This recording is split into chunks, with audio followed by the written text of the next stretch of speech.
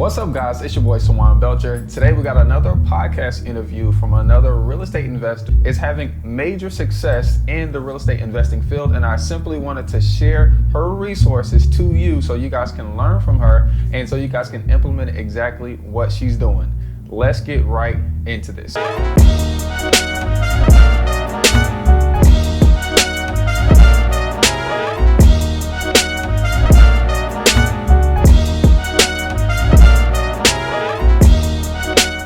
Miss Joanna, thank you for coming on to the show. Thank you for having me. Yes, ma'am. Introduce yourself and let everybody know who you are. Okay, so I'm Joanna Anderson. I'm out of Charlotte, North Carolina, but I am a real estate investor in North Carolina, South Carolina, and Virginia. I've been investing since April of 2012. I'm also a realtor or broker in all of the states where I invest. And I coach and speak nationally. That's interesting. So you're licensed. I am. Okay, that's cool. Now that's it. So now a lot of people, well, not a lot of people, but generally when you're getting into real estate, there's this like stigma that realtors and investors are on two different sides of the spectrum. Like, I got a lot of my first beginner training on YouTube University. And we always said, we want off-market property. We don't want to work with realtors. If there's a realtor involved, talk to the seller and try to get them out of working with the realtor. Why did you choose to get your real estate license? It makes complete sense. If I'm going to be armed for this industry, I need to have every weapon possible. Right. And so being a realtor gives me access to all of the accurate data. Yep. It gives me access to more people with more power, more influence. It increases my network. If I have a lead that is not accepting my lower, more reasonable offer, then either I can list it and still make money, or I can refer it to another agent and still make money. I love that. See, that's actually a really good perspective. Because at this point, I think, real estate investors and real estate agents, we're really a team. And honestly, I need that person on my team. So it's cool that you're that person. Before we get too much into this, I want you to just tell people a little bit about you, what you got going on exactly, and maybe how you got started and, just how you got started. Yeah. So I got started accidentally. I got engaged, and my fiance and I at the time built a house in Kernersville. Brand new house, brand new neighborhood. Okay. Then within 6 months, we were moving back to Fayetteville. We both graduated from Fayetteville State. Yeah. And we were married at that time, but in moving back to Fayetteville for a better job opportunity, we now had this new house in a new community that was still building. So why would anybody buy our new house? They could just have theirs built the way they wanted to for the same price. Right, exactly. So we had to figure out how we could handle 2 mortgages, because I was then above renting. I love it. So we had to find a house in Fayetteville, very affordable market, by the way, where we could afford that mortgage and the mortgage in Kernersville until we could sell that house in Kernersville. So I found a very distressed, almost haunted looking house in a nice neighborhood in Fayetteville. And my husband at the time did not want to buy it, but that's what we could afford. So we bought it. It was a very nice house, actually. I could just see it beyond what it was at the time. So we moved in. I had my family come down. Let me mention, I am the youngest of 28 kids. What? Jesus. I got 6 kids. So it was the Beverly Hillbillies came down. I don't even know how that's possible. 28 kids? Yeah, well, it's a lot of sweating. That's a lot. That's a lot. I love that. But there's honestly benefits in the numbers too, though. Oh, absolutely. Because I've noticed with having a big family, it's always a party where we go. Like last night we went to the trampoline park. They gave us a discount because we have so many kids. They allowed us to stay, longer and check in earlier because technically you're only supposed to be there for an hour, but they let us stay for 2. Yeah. So there's benefits in having a lot. So that's really cool. Bless your parents. Yeah. Bless your parents. For real. So my family came down and we painted the house. We fixed some things, and in the master bathroom, we had this jetted tub, and I was like, oh, this is gonna be so nice. So I cleaned the mess out of that thing, and after all my hard work, I was like, okay, we are done with the house. I'm gonna take a nice bubble bath. So I jump in the bath, fill it up with all this nice stuff, turn the jets on, and all this mildew came pumping out of there. I'm like diving out of the tub. So there were things that I didn't know about. We didn't have a jetted tub beforehand. Yeah. So, but we did get it fixed, and then within a year later, we were moving again. Yeah. And so we finally sold the Kernersville house. It took 10 months. Okay. So we were handling 2 mortgages for 10 months. And then at the 12th month, we were selling this house. Okay. Now, I thought we were going to live there, for a very long time, maybe forever. And that's the way I had fixed it. And we had plenty room for extra kids, if we were going to have more kids. Yeah. But we sold it and we made $40,000. Okay, I like this. So you were able to sell the second house faster and easier, it sounds like, opposed to the first house. Yeah. Okay. Now, what do you contribute that to some certain thing? Well, it's just that we forced appreciation on the second house because it was just broke down when we got it. Well, we forced appreciation by fixing that house while we lived there, and therefore it took less money versus our new house where all the comps were the same as that new house. Right. Where the second one we bought low. Yeah. And we fixed it, we forced appreciation. Now it's up high or higher than the neighboring houses. Boom, boom, boom. I love it. Honestly, that's the key right there. That is. Now, and I had no clue that was real estate investing. I was living in my house. I love that. So now, when you move again, do you say, hey, I'm gonna go rent again real quick, or you take the $40,000 and go buy something else? What do you do? So when we moved that time, we did rent for a little while. Yeah. And then we bought another house in Fayetteville. Similar, not the same condition, but it needed updating. Yeah. And the house was filled with kimchi. It just smelled like kimchi all over the place. Kimchi?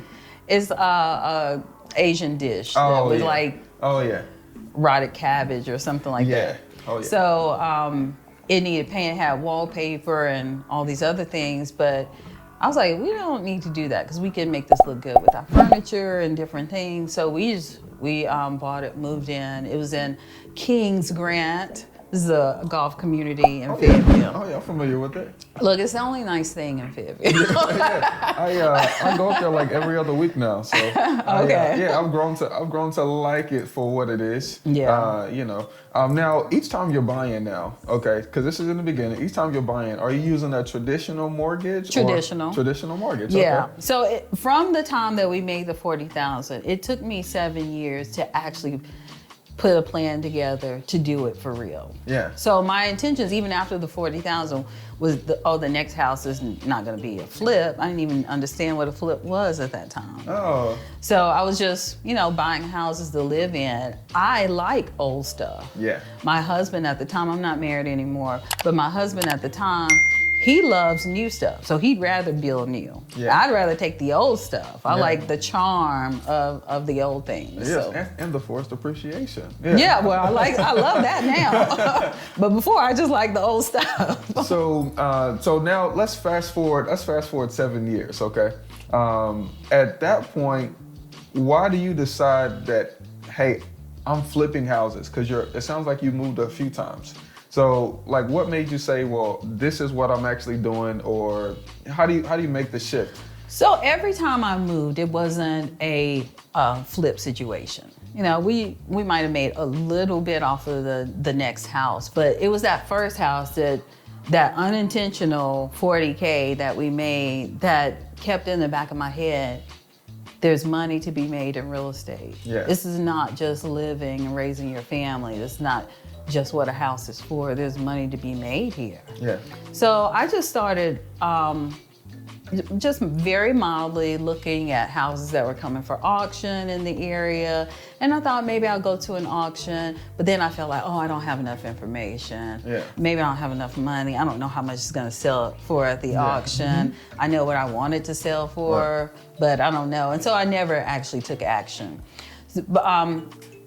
Preface all of that, I was a biology teacher. Taught biology for 14 years. Yeah. As I'm driving home, by this time we've moved to Richmond. Okay. As I'm driving home from work, I hear on the radio, would you like to learn how to flip houses on a commercial? And I was like, yes, I would. And it was call this number. So I called the number and got set up for a 2-hour little talk or whatever. Yeah, like in person or a live call? In person. In person, okay. In person. So I just booked it right there from the call. And I was like, okay, we'll be there. Yeah. And then I didn't even tell my husband. So later I said, hey, I've made arrangements for the kids. We're going. We got something to do this night or whatever. I didn't tell him what it was. And he thinks, we're just going on a date. So, and it was during the weekday. Oh yeah, this is one of those little like hotel things. Everybody goes to a hotel. Okay, I like it. So we're driving there. He's like, where are we going? And I told him, and I got the scolding. It's like, we're not buying anything. At this point, we'd already bought timeshare. We'd been to the 90-minute presentation before. And he's like, we're not buying anything. We're just gonna listen, get our free stuff, and get out of there. I was like, okay, I'm with you. I'm with you, because we've been duped by the timeshare. Time waster. For sure. And so we get there, 30 minutes in, we're like, we're doing this. We don't even need to hear anymore. We didn't even make it to the 2 hours of the 90-minute session. We were like, we're doing this. Where do we sign up? I love it. So, and it was, upsell to the next event, which was a weekend event. Okay. And it was like $99. Okay. So we bought the weekend event. Yeah. And at the weekend event, the first day, we were like, oh, we are really going to do this. We did not know how much it cost. What was the next upsell? So the next, the weekend event was all fortune builders. Okay. Than Merrill and Fortune Builders. Than Merrill, that's what his name was, yeah. So the 3-day event over the weekend, we couldn't both attend the whole time because we had kids. So we both attended on a Friday because kids were at school. And then we switched Saturday and Sunday. And I didn't go Saturday. Yeah. So I still didn't know how much it was. So by Sunday, they told us the price, and I was the only one there. Yeah. And so it was interesting. Because you're married at this point. Yeah, that's interesting. But they wouldn't let me make a decision without my husband. Okay. Yeah. They wouldn't even meet with me without him, either on the phone or there in person. So very ethical there. Yeah. And it was like $30,000, $35,000 for the whole program. And I was like, look, this just makes sense. We don't got $30,000 though. But this makes so much sense. And so we put it on our credit card to make it seem less. Yeah. I put half on my credit card. He put the other half on his credit card, even though it's the same pool of money, right? So we bought fully in April 2012. Yeah. And full steam ahead. Nice. I love it. I love it. See, and some people don't understand taking action. Yeah, some I didn't. People don't. Like, I'm a like, yo, let's go all in. You know, if we're gonna do something, let's go. You know what I mean? It's no looking back. Let's do it. Yeah, and I'm never that person. Yeah. First of all, I was a biology teacher. I was used to making, $50,000 at the top of my game, which was only by years, because everybody makes the same just based on your years, not how good you are. Right. And I was just determined and happy to be a servant for the rest of my life. Yeah. And I would never have thought to do anything entrepreneurial. So how did it go? So you joined the program, what did the next like 6 months look like after you joined the program? Like, did you have any success or? So the next 6 months, we didn't have success within the 6 months, but we worked our butts off. It caused us to get very much organized because I was a teacher, so we worked very much full time and overtime. And then we have 2 kids. I also had to be a wife, and he worked in radio, managed radio station. So he worked 24/7. For sure. So we had to be strategic with our time, make sure the kids got in bed on time so we'd have time to do our lessons and have our business meeting and all that. And it was a lot of work in that 6 months. Fortunately for me, I had the summer off. Yeah. So this was April when I joined. So then by June, I had the summer off. The very first thing I did was go get my real estate license. Yeah. So that took me 2 weeks to get that license. Nice. I passed the test on the first time. I went to class every day instead of like doing the night classes. Yeah. I went to class every day because I had the time in the summer. And I got that license. We were sending out mailers. We were putting up bandit signs. We were making phone calls.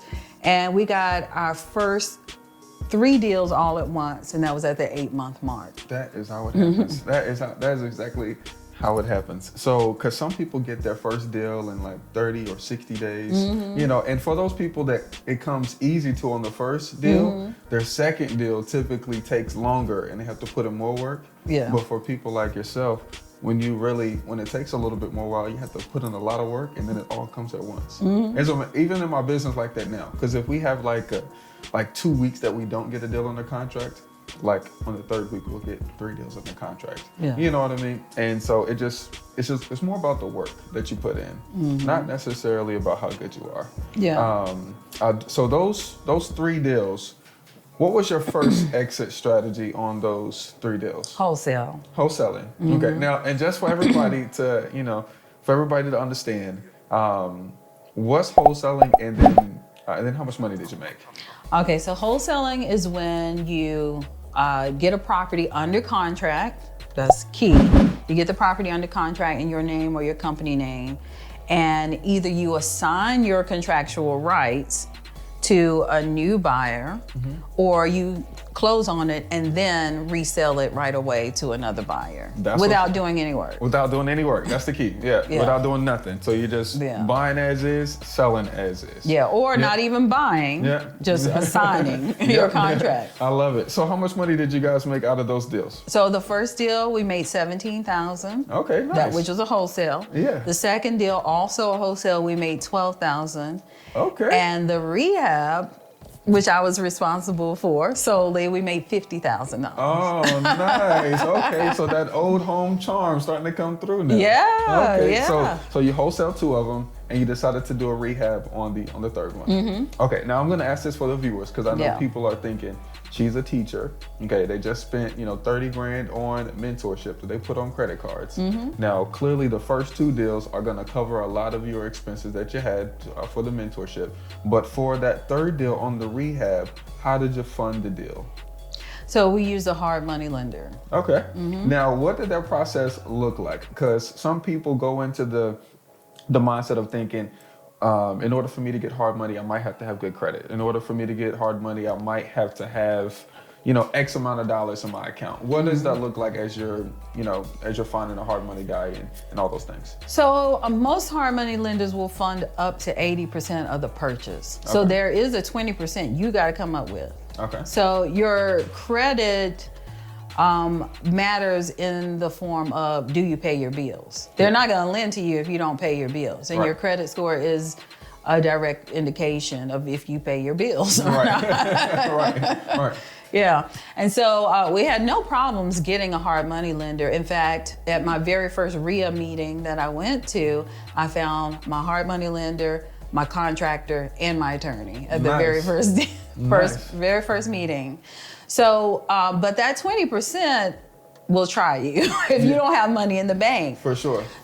Fortunately for us, we had done those 2 wholesale deals, and we did not use it to pay ourselves back from what we spent on the curriculum. We wanted to reinvest it in the business and more marketing and down payment for the rehab. Now, even with all of that, there are other expenses that you have to come up with at the table, which include points, if the points are collected on the front end. Yeah. You have closing costs as well. Right. So it was above the 20%.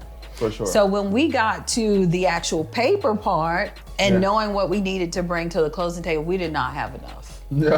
How'd you make the gap up? So we did seller financing. Oh, okay, interesting. Okay, interesting. So what do you mean seller financing? Okay. Yeah, so Randy, our seller, owned the house free and clear. Yeah. And he had left the house after a very bad divorce and custody battle. He did not win either. And so the house was just sitting there with all of their old memories, beer cans everywhere, bullets everywhere. Yeah. I mean, this was like the house where he would go and like release his anger. For sure. Yeah. So he owned it free and clear. So we had built enough rapport with Randy, who's completely opposite from us, that I had to go back to Randy. I was like, look, Randy, we really want to close. We really want to give you the price we agreed upon. But we are short $7,000. Will you do a loan to us out of your equity? And we pay you back when we resell the property. Nice. Within 6 months. Nice. So he's not going to take his $7,000 in payments. He's going to essentially take like a promissory note or deed of trust position. Yep. And whenever you sell it, it'll come out of your proceeds. Exactly. Beautiful. That's awesome. Yep. Who gave you that idea? My mentors. The mentors. It was worth the training, that's okay? What's up. That's what's Because up. this is a skill that I use over and over again, and my coaches from Fortune Builders taught me that. That's and then what's I up. later became a coach from Yeah. Fortune Builders. Now we got to get into that. I love it. I think anytime people can find a mentor that's, that know how to work the business, I think almost always it's going to work out. As long as you're actually doing the work, you'll be able to ask your mentor questions that they know how to answer. Yeah. But mentors don't typically work out if you're not going to do the work and you can't give them anything to work with. And so I think that was awesome that you guys was willing to jump in, do the mentorship, and actually do the work so it paid off. Yeah, I mean, the blessing for us is that we knew nothing. Yeah. We were a complete blank slate. So everything they told us was gospel to us because we had never done it. Right. And so we did. We you followed believe the it? exact formula. We did everything they told us. It worked out exactly as they told us. Yep.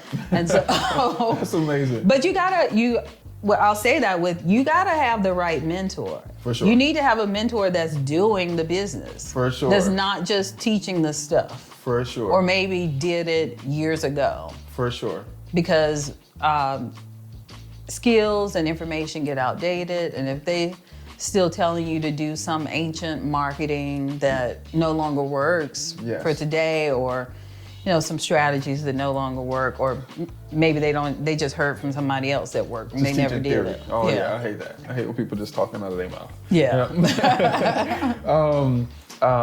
So this thing worked from Fortune Builders. I want to talk real quick, not too long, just about you said you helped them teach at Fortune Builders. Okay. Now, why did you do that? Just interesting. Why did you not that it's a bad thing or good thing, but why did you say, hey, let me go help these guys share the message of what they just taught me?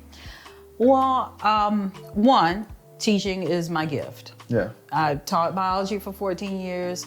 I'm good at teaching. Yeah. I get it, and I love giving someone a seed that they will plant and grow into a forest. I love giving. And they gave so much to me. Like what they gave me didn't just change my life. Right. It changed the trajectory of generations of my family. For sure. And so I wanted to give that same thing. I feel like the education is the number one way to create legacy. For sure. You teach someone, they teach someone the same thing you taught them, and implement, and it just grows and grows and grows, and it's almost like a piece of you never dies. Yeah. Because it just keeps getting spread around. I agree, because I see that in my kids. Like literally, I remember. So my Amina is the oldest. She's 12 now. And, you know, when I just quit the dealership, I forget how old she was, but she was old enough to understand what was going on. And so I would come back and I would celebrate, hey, Daddy got a contract today. Well, you should have got 3. And, you know, and at the time that inspired me, you know, because it's like my daughter is like rooting for me. You know what I mean? And then so now that she's 12 and she gets to like see us doing a renovation and she has like little ideas, and it's just like her whole life is different. Her whole life is, if I would have stayed at the car dealership, you know, her life, the way she thinks would not be the same if I would have stayed there. So I think teaching is dope. Yeah. So let's get into some of the things that you're doing. Okay. So before off camera, we're talking, you got rental property, you're doing fix and flips, you know, at the end of the day, you need marketing, right? You got to put in the work. So how are you going about finding people in today's market? I am truly blessed that I have built such a reputation and put in the work and showcase my work. Just really to share the good news, not to boast or brag, that most of my properties come from referrals. Nice. Most of them come from referrals or wholesalers. I have the county bringing me deals direct. They've already pumped me up with the seller. Nice. And now I just have to go get the contract signed. They've done all of my work. And it costs me nothing. Interesting. Okay, so how do we go out and make relationships with these people to help bring us referrals? Well, I would say start with your sphere of influence. Everybody should know what you do. Yeah. How you do it, what flavors you like, and share that within your family, friends, but use the power of social media. They love to spread stuff on social media. For sure. Give them something good to spread. For sure. Give them something to share. Yeah. Okay, so let's say that we're reaching out to our sphere of influence. It's called our cell phone, you know, or our Facebook friends. What should we start to share? I mean, I'm talking about for the people who are, you know, maybe they've done one deal or 2 deals. What exactly should they share? Okay, so they should share pictures of them doing the pre-work, going to look at properties. Yeah. Because in the beginning, that's all you're doing. Right. You're going to look at properties. You're looking on the internet. Right. You're going physically to look at properties. Record it. Take pictures of it. Put it on your social media. Boom. Maybe ask opinions, because people love to give opinions. Yes. You know, what would you do with the front of this house? Right. It may be something completely different from what you already planned to do, but people love to give their opinions. Agreed. I love that. And see, I think people are so afraid to do that in the beginning, because they're just like, well, I'm not an expert, and you know, and so I don't want to tell people what I'm doing. But it's like, you have to, like, you have to share. And at the end of the day, you know, in the Bible, they were sharing the good news of Jesus Christ because they were sharing, and because of that, they built up a following, you know, and because of that, they saved lives. Yeah. And so essentially, we're doing the same thing as creators, as entrepreneurs. So I love that. That's a good point to share, because I get so many referrals these days, and it's way different than I used to, because I used to just spend, you know, make money, spend it on marketing. But now I find myself spending less money on marketing and still get, you know, a really good shell of deals without having to make as many offers. So I think that's great. Now, let's say a deal comes into your funnel. Yeah. Okay. Because you do all of these different things. What do you do? Do you know, the city, let's call it code violations, maybe send you they send you the seller's phone number and name? Like, what does that conversation look like with the seller? So by the time I get on the phone with the seller, they're expecting me to call. Yeah. They know I've been informed of some of the situation. Yeah. I remind them, hey, I spoke to this person, or this person gave me your number and asked me to call you. I hear you're having a tough time, or you're having issues with your property and maybe looking for options to sell. I do a video diary on my YouTube channel of my projects, or some of my projects. My videographer's in Richmond, so most of them are in Richmond. Nice. Of what's recorded. So I will send them a link to my YouTube page. Nice. With the meeting, hey, are you available at this time? Nice. And then they agree. I'm like, okay, here's a link to my YouTube channel. It's right to their phones. They just click it. So you can see who I am and what I do. Amen. So Nice. I've already sealed the professional deal. Boom. Yep. I love it. I build a rapport with the videos. My contact is already built rapport because they've taught me up. Yep. And so now I just got to go in with the paperwork. Right. Yep. Really. Now you just got to go in with the It really strategy. don't even matter what number I'm giving them at that point. Yep, I agree. I love it. Now, why do you feel like it's important to share those videos with them? Like just so everybody can understand. Like you share those. What's that gonna do?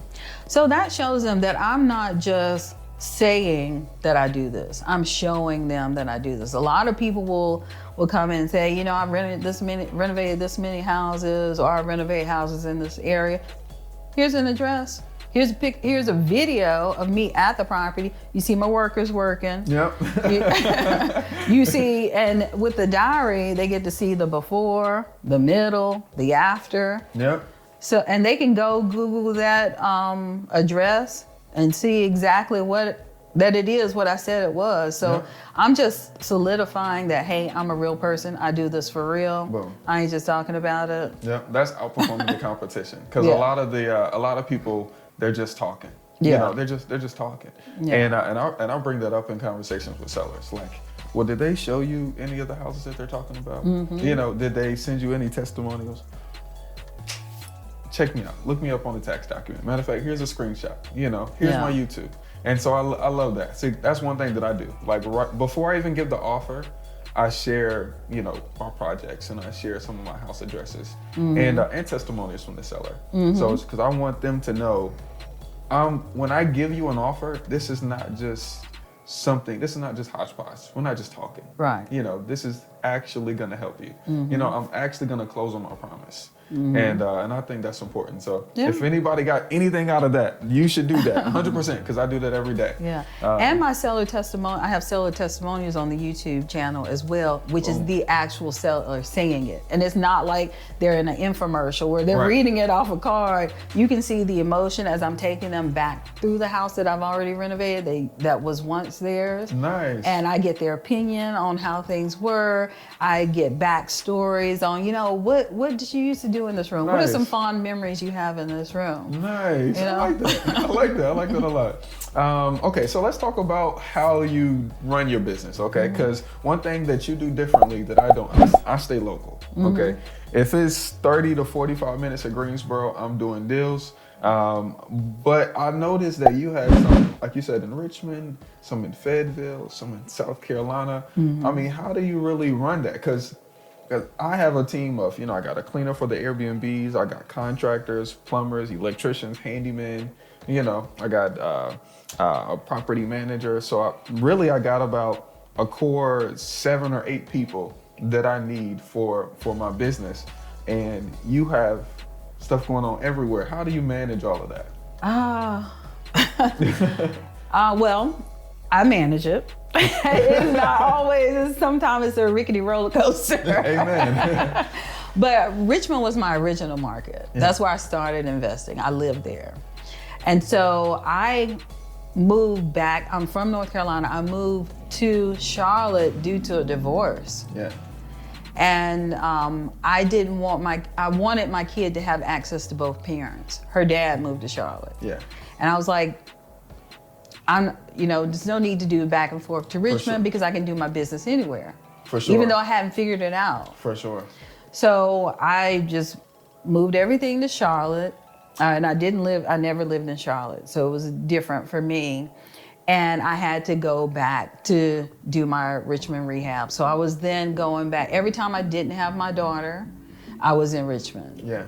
Running the rehab. I had my crew set there, and it would be like, even now, my trips. How many hours is that away? It's 4.5 hours. 4.5 hours, yeah.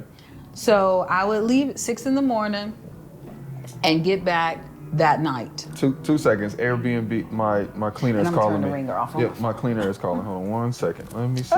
So most of my travel to Richmond is within 12 to 18 hour period. Granted, it is 4.5 hours there, Right. 4.5 hours back. So that gives me like 4 hours to do real work. Right. Unless I need to stay overnight. So at that time, I just had to make sure I was back in time to get my kid off the bus, because our custody was like every other day. Yeah. Except on the weekends. We would alternate weekends. So once again, it created a pressure for me, and I worked really well under pressure. Yeah. Even though I'm like full steam coming out of the ears and every opening, I work better under pressure. So I get more things done in 4 hours than if I lived there, I would get probably in a week. Yeah, yep. I love it. I work well under pressure too. I actually, I don't want to say I try to make myself uncomfortable, but I know that I perform better, when under, uncomfortness. So I try to, if I have 40 rentals and and I'm like, oh, I can get more, then I'm going for more rentals. You know what I mean? So I'm always trying to figure out how can I stretch and pull myself, because that's where I thrive. I literally thrive there. I remember one time we had an event, and I was like, man, I need a rehab for this event. It'd be great to buy a house and show the guys the before and all that good stuff. And I stretched myself and I bought 3 rehabs at the same time. And that was the first time. You heard your daughter in the back of your mind? Yeah. You should have got 3. Right. And I had never, at this point, I had never done 3 rehabs at one time.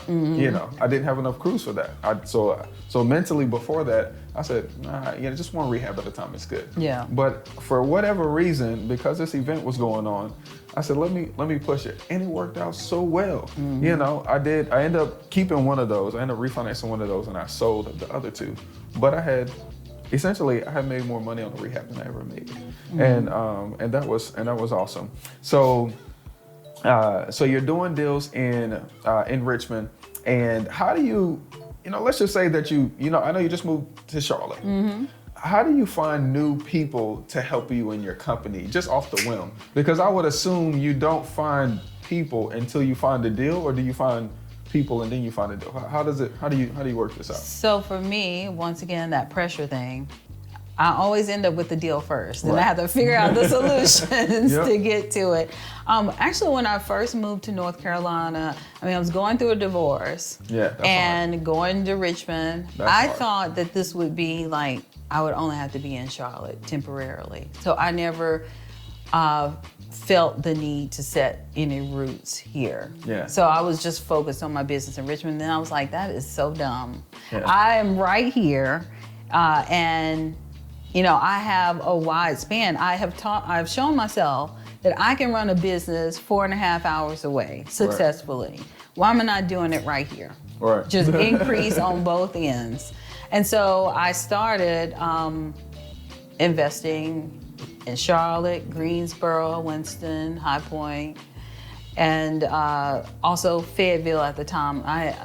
I'm done with Fayetteville though. For sure. Fayetteville is definitely tricky. Yeah. I had some rentals there, and the property management is bad there, and just the tenant mentality is bad there. The tenant mentality, so I've sold those. But I had to figure it out. I put ads on Craigslist and Facebook. Contractors wanted, and I sent them to a contractor link on my webpage where they could fill out all the contractor application. Then I just respond to the ones that I wanted to. Okay, now tell us more about this contractor application. Yeah, so I use RealFlow as my CRM. Yeah. And it controls so many things. So it's attached to my website, and it has squeeze pages built in that the information comes from the website, goes into my RealFlow. RealFlow sends me alert, hey, you have a new contractor contact or a new buyer contact. Right. And then I just follow up with who I want to. I can go back and read their whole application or just immediately call them. Nice. Now, when you look at their application, what makes you say, ooh, I'm gonna call this guy back, or versus, oh, no, I'm not gonna waste my time? The number of deals they've done, what they specialize in, if there's a question on there or something like we love to pay contractors as work is completed. Yeah. So when do you prefer to get paid? Perfect. Yeah, perfect. Yeah, perfect. That's what I was hoping it was gonna say. Because one of my early problems, and I still kind of have this problem now, is you do the whole great. I got 3 contractors. You pick one contractor, right? And the budget is $40,000 for the rehab. How do we protect ourselves as investors so they don't go take our $40,000 and go do whatever they want, and now we're left, with half of the work done or work done that's shabby. So how do you go about like protecting yourself and working with the contractors to make sure each deal is clean? So there's several ways. One, you need to have a contract with the contractor. Yep. It's not no word, I agree, I'm going to do this, I'm going to do what you said. You yourself need to be organized and give them a scope of work. Yeah. It can't be, I thought I told you to replace this window, or, I thought I told you to fix this floor. People don't remember stuff. I don't even remember stuff. So I put it in writing. Right. We're going to go over this scope of work before you sign that contract. On the price we agreed upon. We're gonna go over the scope of work. You're gonna read it. I'm gonna read it with you. We're both gonna initial that this is the work on paper that needs to be done per this contract. Yes. And then as payments are made, we do a lien waiver. Okay. So first we set up a payment schedule. The contractor and I are sitting down together. Yeah. And I'm saying, okay, you're making $40,000 off of this. I'm paying you $40,000. Now we need to break down how this $40,000 is going to be released to you and when it can be released to you. So we look at the beginning. Demo is first, and framing. Yeah. And so we're gonna put that into one chunk. How much of that $40,000 is going to cover demo and framing? Yeah. And that's all mostly labor intensive. There's lumber involved, but it's just labor. Really? It's not like real material except the framing. Right. And so we're gonna base it on the work that's being done. And we set that price. We do that for all of the steps of the rehab. And we put that in the payment schedule, one document. And this is what we're both signing off to. So we both sign off on this payment schedule. So when it comes time, Miss Joanna, can you, we need payment. And I'm like, okay, sure, I love to pay. Let's look at this payment schedule. For payment 1, this needs to be done. Let's walk through and see if this is done. Oh, it's not done? Well, I'll be happy to pay you when it is done. All right, now here's the $1 million question. All right, have you ever hired a contractor? Done the scope of work, come up with the payment schedule, right? And we get to the spot where they're supposed to be done with this first part so they can receive their next part, their next check, and they're not done, okay? And for whatever reason, this contractor decides that he's not gonna continue the work. Okay, what do we do at that point? Do we just go find another contractor? Do we call them back and see what the problem is? How do you handle something like that? Well, I always like to problem solve. Yeah. But I'm quick to find another contractor. I don't mind firing you. Yeah. Oh yeah. I don't mind. It's not my first go-to. I want to see what the issue is. How can you improve? How can I improve? Right. Because I need to be better for the next contractor too. It could be something that I'm doing wrong. Right. It could be poor communication or something. But that's why I spell it all out in the beginning, to make sure it's fair between both of us and we're both doing this together. Yeah.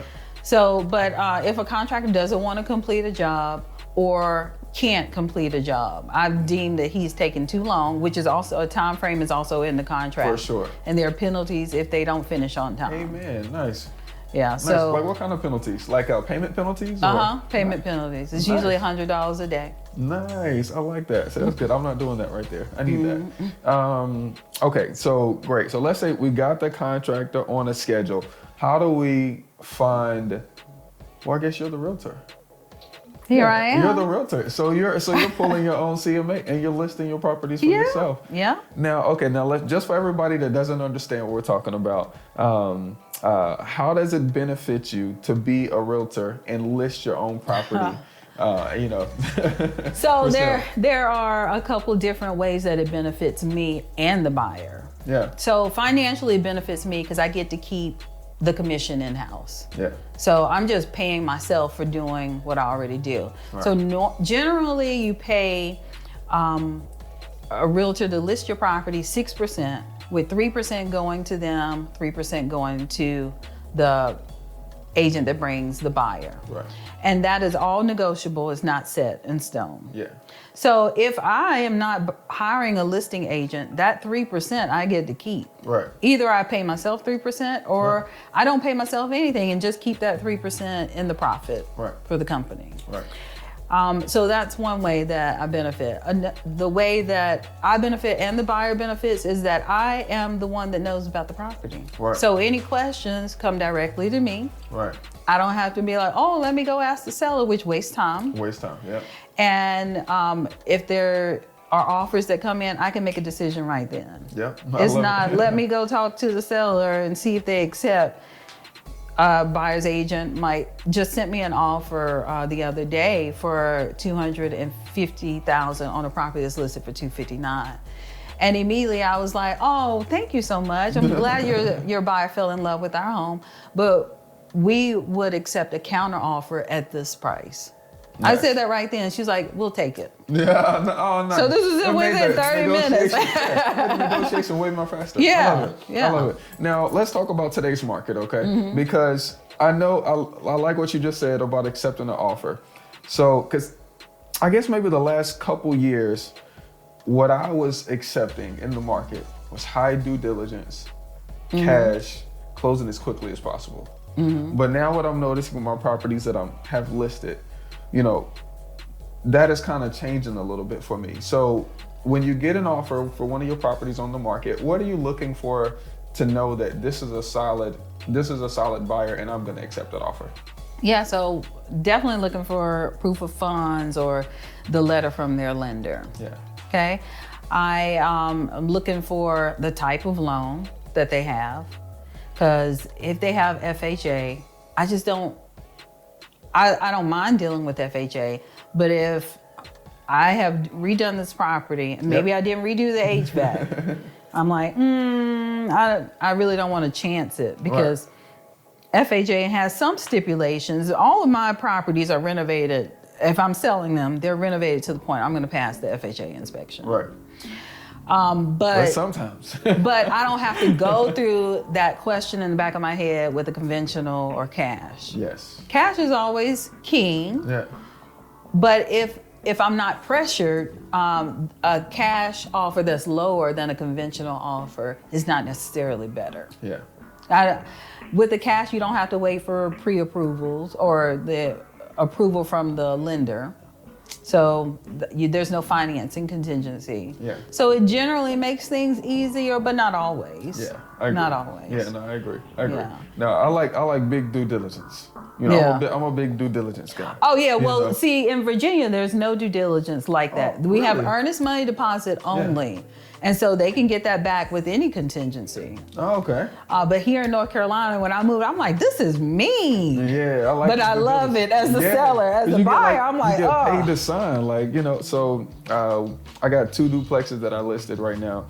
And, big boy due diligence, $4,000. It's like, give me my money. Yeah. And sign. I love it. So I do think you should also here in North Carolina, that due diligence is non-refundable, but there are catches. There are catches where it could be refundable. There definitely. So we also have to disclose everything about the property. Yes. And so if we put on there that the HVAC was replaced, the inspector goes in and says, no, this was like 1995 HVAC. Yeah. Then they could get their due diligence back. That's for sure. Yeah. I agree. So, I mean, but, we're open and honest people, so we're not going to have that issue. So that big due diligence, especially during COVID, my goodness, I listed my brother's property. Yeah. They put a $30,000 due diligence fee on that. Yep. And it's kind of changed now, but I love a due diligence, you know. And I think that's important because things, like you said, things change with the market. Mm-hmm. And so if you have the right mentor, and the mentor is actually doing the business, they'll know how to pivot with their suggestion to you. And I think that's important because Subject 2 wasn't working during COVID, you know, because banks wasn't foreclosing, you know, up until the forbearance thing, up until everybody's forbearances kind of ended. That's when, you know, it got back on. But most sellers wasn't, you know, open to subject 2 because it benefited them not to make the payment during the forbearance period and just have a free place to stay for a year. So that's why I asked you that question. Yeah. Now, I want to talk about how you're helping people get into the business, because I know you love to teach. So can you just share, first of all, how you're helping people, and then also how people can reach out to you if they would like help? Because honestly, this is kind of a male-dominated business. So anytime I come up to like a top closes event with my attorney and I see Joanna, I'm like, oh, Joanna, you closing deals, you know? And I'm like, and I saw you there and I was like, oh, she's doing it. And that was our first time meeting in person. That was our first time meeting in person. And I don't even know if you knew I was working in this area too, because I live in Charlotte. With Clubhouse, you never know where people are at all. Right. Anyways. And I didn't know. Even more importantly, we're shared the same attorney. Yeah. You know what I'm saying? Because Brian is awesome. I love Brian. Yeah. I was just over there yesterday. I like him. That's what I got a refund. I got a refinance and a wholesale deal with them later on today. So. Oh, cool. Yeah, yeah, that's my guy. But how do you help people? Okay, so I coach. I do one-on-one coaching. Because teaching is my gift, I feel like I have to. Yeah. I have to share it. It's my passion also. So I also love to do it. So I do one-on-one coaching. I offer a ride along. So if someone wants to be with me all day or 8 to 10 hours, usually I'm in the car. Yeah. And I'm going property to property. I might have a closing. We might have to go by the bank or, stuff like that. But it is a full day with me. I offer the ride along as well. That's just so valuable. Honestly, the ride alongs are valuable to me. Because I mean, there's nothing like, seeing it on, on a video, or seeing it on HDTV, that's something. But to be able to be in a property, that inspired me. Because somebody did that for me. They said, hey, I was wholesaling at the time. And somebody said, hey, come with me. Let me introduce you to my contractors. That's Brian Elam right there. Go ahead and take it so I can say hey. Probably the secretary. I'll call them back. Yeah, it's probably Anna. Tell everybody how you're helping them and how they can reach out to you, so that way, if for whatever reason they're in Charlotte or they're in Richmond or you're not in Fayetteville, or they're in Raleigh or Greensboro, that they can send you a deal. How do they reach out to you? Okay, so you can reach out to me at email, Joanna@remnantres.com. So that's REMNANTRES.com. Remnant Real Estate Solutions is my company. That's what's up. On Instagram, I'm Joanna, the favored one. On Facebook, I'm just Joanna Anderson. I love it. And I'm going to link all of that down in the description below, so that way you guys can reach out to her. Like I said, whenever I'm bringing people on, they're practitioners and they're actually doing the business, and that's what I love. So thank you so much for sharing some time with us. And look, remember that you don't need all 3, time, money, and knowledge to do a deal. You just need 2 to do you. Peace, y'all. We'll see you on the next one. Awesome. Yeah. Thank you so much.